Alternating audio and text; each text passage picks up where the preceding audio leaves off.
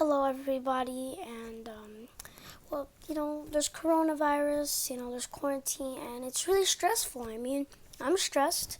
Are you? But it's time to be stress-free. So I'm gonna be reading books daily, and I'm gonna be uploading daily. Actually, I'm sorry if I haven't uploaded in a long time. So this is for all ages. My brother will be reading on this channel also. Okay, so. Also, I want to shout out to all those doctors and nurses, even medical workers, for doing everything, for risking their lives trying to stop coronavirus. You know what I mean? I can appreciate that. Somebody helping to stop really stressful things. But the reading month isn't over. Now, today I'm going to be reading Roald Dahl. Oh, this is the author. The Giraffe and the Pelly and Me. Hold on. Illustrated by Quentin Blake. I'm sorry if I said that wrong.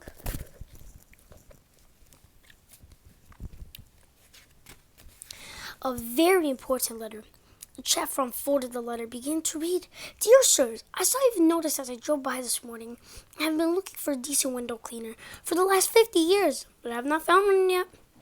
My house has 677 windows in it, not counting the greenhouse. And all of them are filthy. Kindly come and see me as soon as possible. Yours truly, Hampshire. That added the chaffer in that voice filled with awe and respect, was written by His Grace the Duke of Hampshire in his own words. The giraffe said to the chaffer, please tell the Grace the Duke that we will be with him as soon as possible. A compelling story and a wonderful read aloud, the whole book. The Giraffe and the Pelly and Me by Roald Dahl.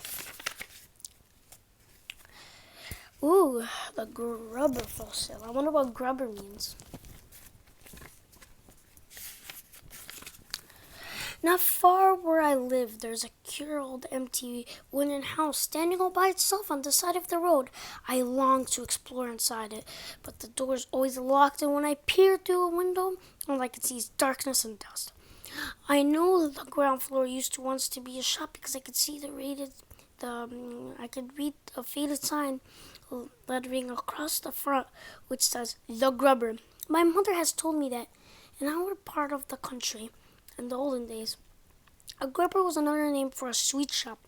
And now every time I look at it, I think, what a great sweet shop. And now every time I look at it, what a lovely sweet shop it must have been. On the shop window itself, somebody has painted the white with the words "For Sale." One morning, I noticed that "For Sale" has been scrapped off the shop window, and its place somebody has painted "Sold."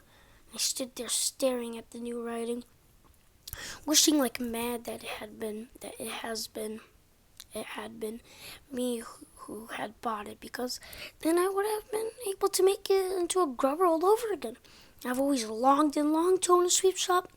That sweet shop of my dreams would be loaded with bottom with sherbet suckers and caramel fudge. And this is him looking in the window. Oops, it's him looking in the window.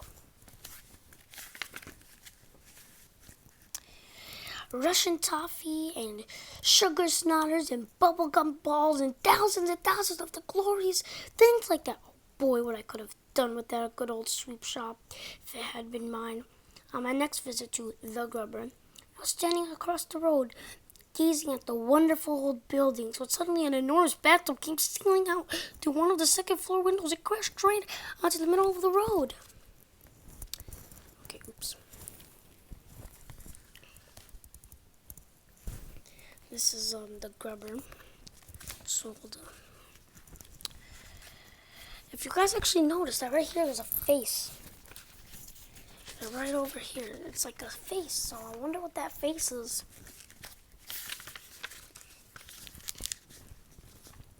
A few moments later, a white porcelain lavatory pan with the wooden seat still on. I think it means toilet. Came flying out of the window, the same window and ladder with a wonderful splintering crash just beside the bathtub. This was followed by a kitchen sink, an empty canary cage, and a four-poster bed. and 2 hot water bottles, and a rocking horse, and a sewing machine, and goodness knows what else besides. Looked as though some madman was ripping out the whole of the inside of the house, because now the piece of the staircase, bits of banners, and a whole lot of old floorboards came whistling through the windows. Then there was silence. I waited and waited, but not another sound came from within the building. I crossed the road and stood right under and called, "Is anybody home?" There was no answer. In the end, it began to get dark, so I had to turn away and start walking home. But you can bet your life nothing was going to stop me from hurrying back there again tomorrow morning to see what the next surprise was going to be.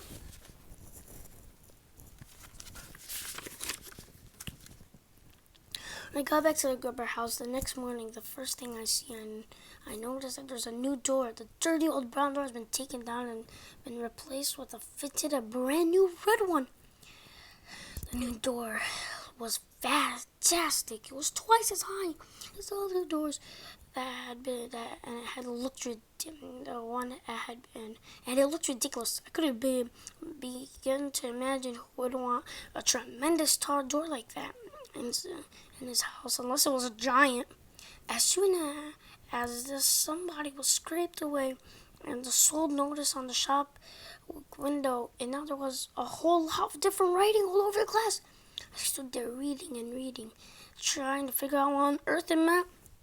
The Ladderless Window Cleaning Company. Their windows clean without a lot of dirty ladders leaning against your house. I tried to catch some sign or some movement around inside the house, but there was none. Until all of a sudden, out of the corner of my eye, I noticed that one of the windows on the top floor slowly beginning to open outwards. Then a head appeared out of the window. I stared at that head. The head stared back at me with big, round, dark eyes. Suddenly, a second window was flung wide open. All of the crazy things, a gigantic white bird hopped out and perched on the windowsill. I knew what this one was because of its amazing beak, which was shaped like a huge orange colored basin. The pelican looked down at me and sang, "Wow, I wish for a big fat fish. I'm as hungry as I ever could be. A dish of fish is my only wish. How far away from the sea?" They like to sing songs. "We're a long way from the sea," I called back to him. A long way from the sea, I called back to him. In the village not far away. A fishmonger? Now, what on earth would that be? Asked the pelican. I heard of a fish pie, a fish cake, and a fish finger, but I had never heard of a fishmonger. Are those mongers good to eat? The question baffled me a little, so I said, "Who is your friend in the next door window?" "She's a giraffe," the pelican answered. "Is she not wonderful? Her legs are on the ground floor, and her head is looking out of the top window." As if all this wasn't enough, the window on the first floor was flung wide open, and out popped a monkey. The monkey stood on the windowsill and did a jiggle little dance. It was so skinny, he seemed to be made only out of furry bits of wire. But he danced wonderfully well. I clapped cheers and did a little dance myself in return. So there's a giraffe, there's a pelican, and now there's a monkey. I wonder if there's any more people coming along. "We are the window cleaners," sang out the monkey. We will polish your glass till it's shiny like brass and sparkle like sun on the sea. We are quick and polite. We will come day and night, the giraffe and the Pelly and me. We're a fabulous crew. We know just what to do, and we'll never stop work to drink tea. All your windows will glow. When we give them a go, the giraffe and the Pelly and me. We use soap and water, plus some kindness and hope, but we never use ladders, not we. Who needs ladders at all when you're 30 feet tall? Not the giraffe, not the Pelly, not me. I stood there on third. Then I heard the giraffe saying to the pelican next door, "Pelly, my dear, be so good to fly us down and bring that small person up to here to talk to us." At once the pelican sprang its huge white wings and flew down onto the road beside me. "Hop in," he said. Opening his orange beak, I stared at the great orange beak away. Go on, the monkey shouted from up in the window. The Pelly isn't going to swallow you, climb in, I said to the Pelly. I'll only get in if you promise not to shut your beak out, I said. I'm inside. Oh, you have nothing to fear, cried the pelican. Let me tell you why I have a very special beak. A special beak I have I. You'll never see a beak so fine. I don't care where you go. There's magic in this beak of mine. Hop in and don't say no. It's the monkey. This is the Pelly trying to get him to hop on. I will not hop in, I said, unless you swear on your honor won't shut it in once I'm inside. I don't like small dark places. When I have done what I have just about you, said the pelican, I won't be able to shut it. You don't seem to understand how my beak works. Show me, I said. I watched in amazement as the top half of the pelican's beak began to slide smoothly backwards into his head until the whole thing was almost out of sight. It bends and goes down into the back of my neck, cried the pelican. Is that not sensible? Is it not magical? It's unbelievable, I said. It's exactly like one of those metal tape measures my father got at home. When it's out, it's straight. When you slide it back in, it bends and disappears. Precisely, said the pelican. You see, the top half is of no use to me unless I am chewing fish. The bottom half is what counts, my lad. The bottom half of this glorious beak of mine is the bucket in which we carry our window cleaning water. So if I don't slide the top half away, I'd be standing around all day holding it open. So I slide it away for the rest of the day, even so I'm not able to speak. And wherever I've flown, it has always been known as the pelican painted beak. If I want to eat fish, that's my favorite dish. All I do is give them a tweak. In the blink of an eye, and out pops and they cry, it's the pelican's painted beak. So it shows them right here how he's showing the kid how his top half goes backwards, kind of like those bands that you go like there. Stop showing off down there, shouted the monkey from the upstairs room. Hurry up and bring that small person to us. The giraffe is waiting. I climbed into the big orange beak, and with a swoosh of wings, the pelican carried me back to his perch on the windowsill. The giraffe looked out of her window at me and said, How do you do? What is your name? Billy, I told her. Well, Billy, she said, we need your help and we need it fast. We must have some windows to clean. We've spent every penny we had buying this house, and we've got to earn some money quickly. The Pelly's starving, the monkey is famished, and I am perishing with hunger. The Pelly needs fish, the monkey needs nuts, and I am even more difficult to feed. I am the generous giraffe, and the giraffe cannot eat anything except the pink and purple flowers of the tinkle tinkle tree. But those, as I am sure you know, are hard to find and expensive to buy. The pelican cried out, Right now I am so hungry I could eat a stale sardine. Has anyone seen a stale sardine or a bucket of rotten cod? I'd eat the lot upon the spot. I'm such a hungry bod.